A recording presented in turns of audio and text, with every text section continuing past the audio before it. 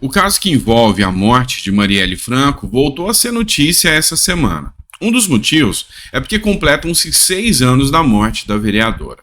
Muitos assuntos foram ventilados e veiculados durante a semana nos noticiários. Um deles, uma briga que aconteceu dentro da Câmara dos Deputados, onde um deputado de direita falou que o caso Marielle Franco acabou.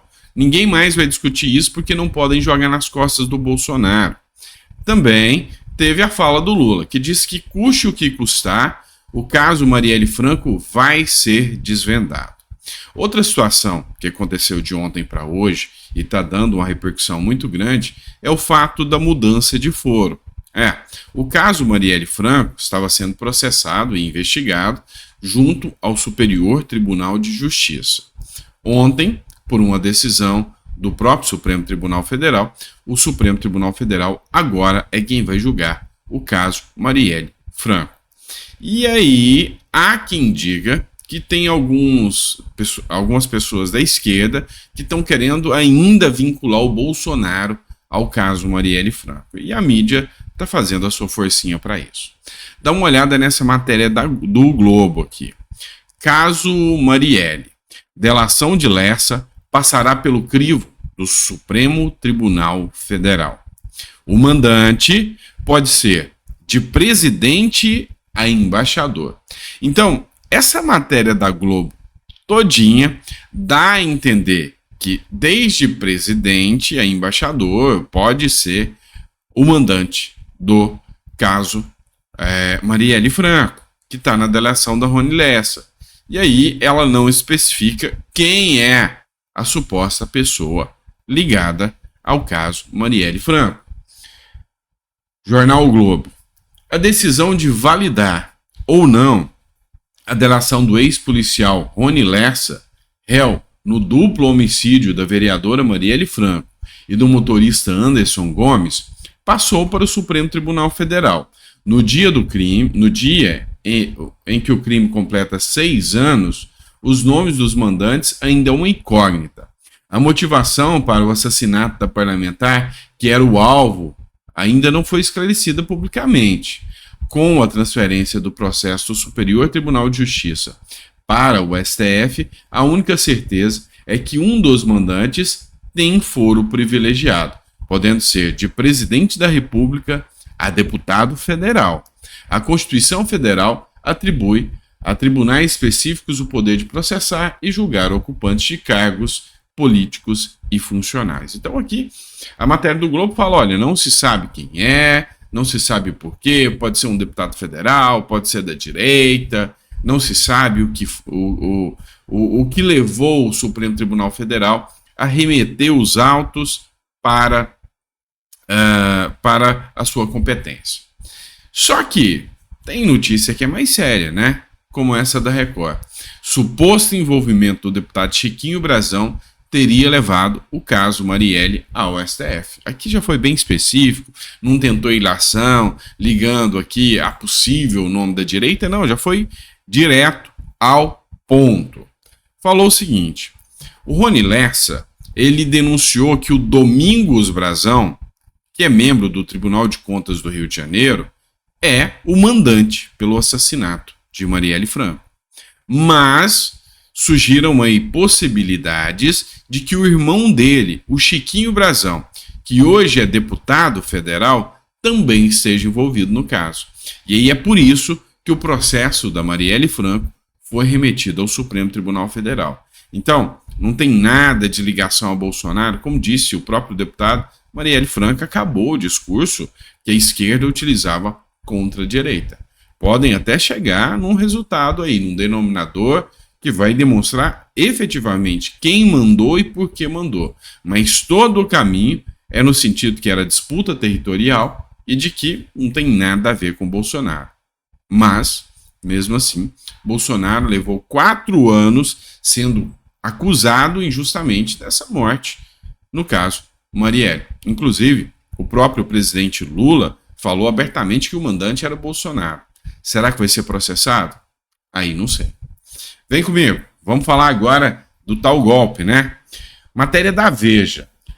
A Polícia Federal Freire Gomes confirma que Bolsonaro apresentou plano de golpe a comandantes, tá? Então, assim, o discurso de que a delação premiada do Mauro Cid seria o ponto-chave que incriminaria o Bolsonaro caiu por terra. Mauro Cid desmentiu, falou, olha, não tem nada dessa história de golpe, não acompanhei nada, só fiquei um pedaço ali na reunião, e a tal da reunião que vocês estão falando nem tratou de golpe, então o Mauro Cid recuou.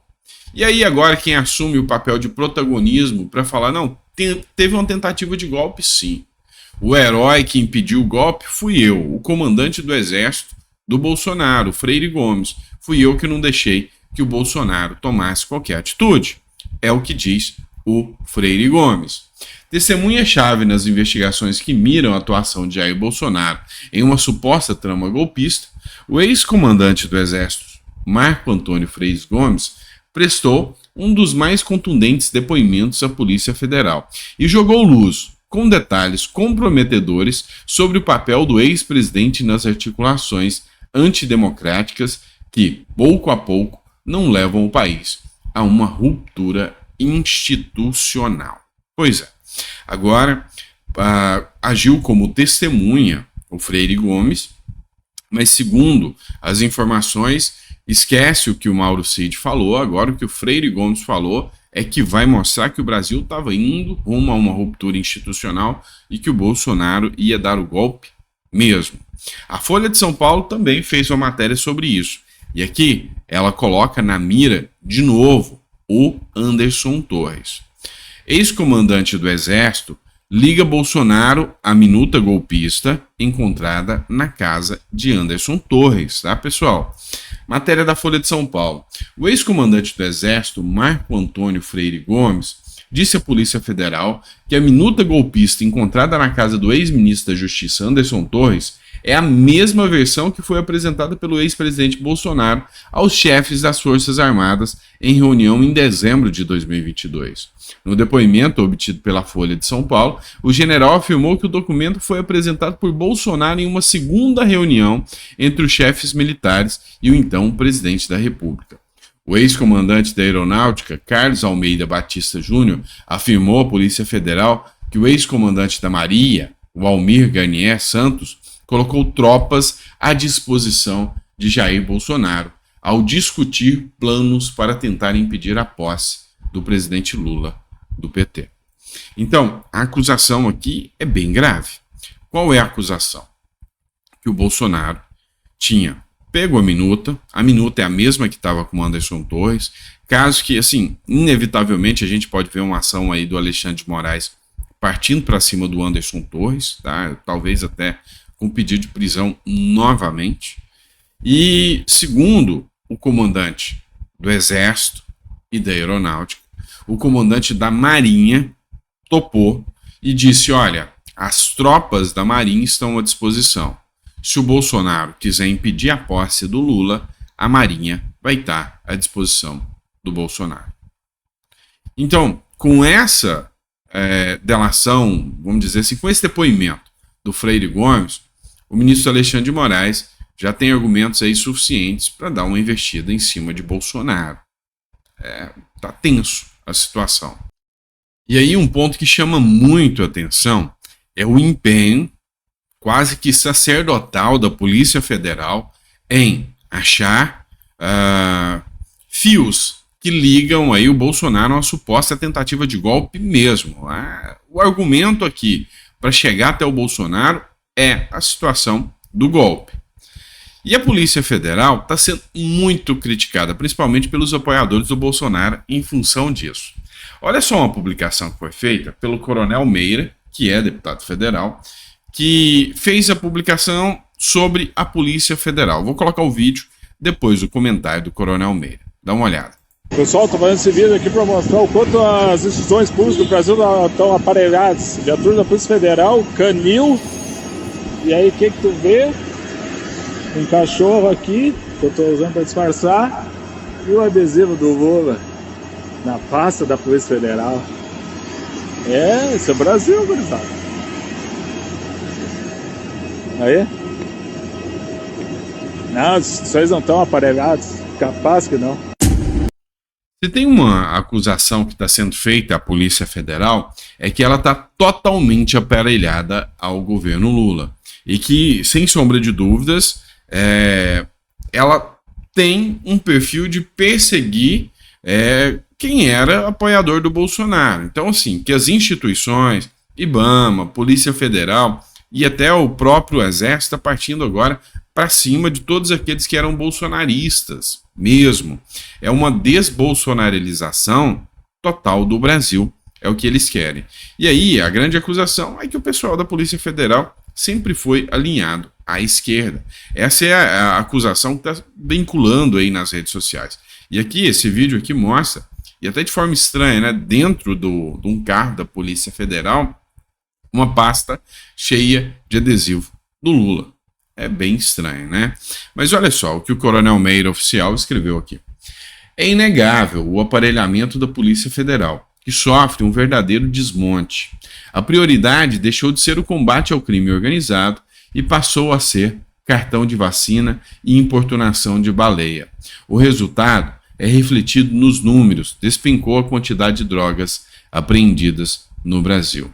Sou um grande admirador da instituição Polícia Federal e tenho certeza que a grande maioria dos policiais é contra esse aparelhamento. Pois é. E na sua opinião, você acha que hoje, com a gestão Lula, houve um aparelhamento das instituições?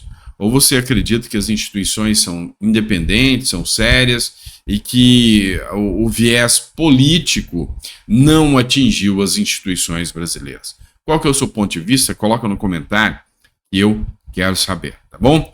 Vamos lá, bora para a matéria da Folha de São Paulo e vamos ver como a Justiça, inclusive do Supremo Tribunal Federal, no caso do 8 de janeiro, é imparcial e independente e eficaz. Vamos ver como que está acontecendo e os abusos judiciários vêm sendo demonstrados, inclusive, pela Folha de São Paulo.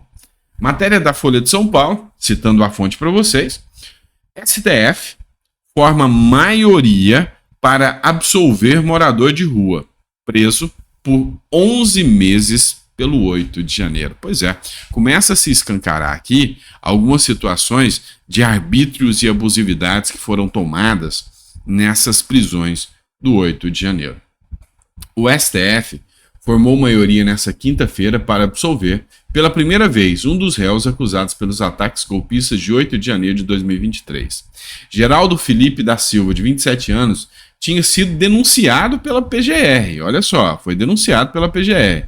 Sob acusação de crimes como tentativa de golpe de Estado e abolição violenta do Estado Democrático de Direito e de associação criminosa armada. É incrível que ninguém tinha arma na mão, mas todo mundo foi condenado aqui ou indiciado por associação criminosa armada, né?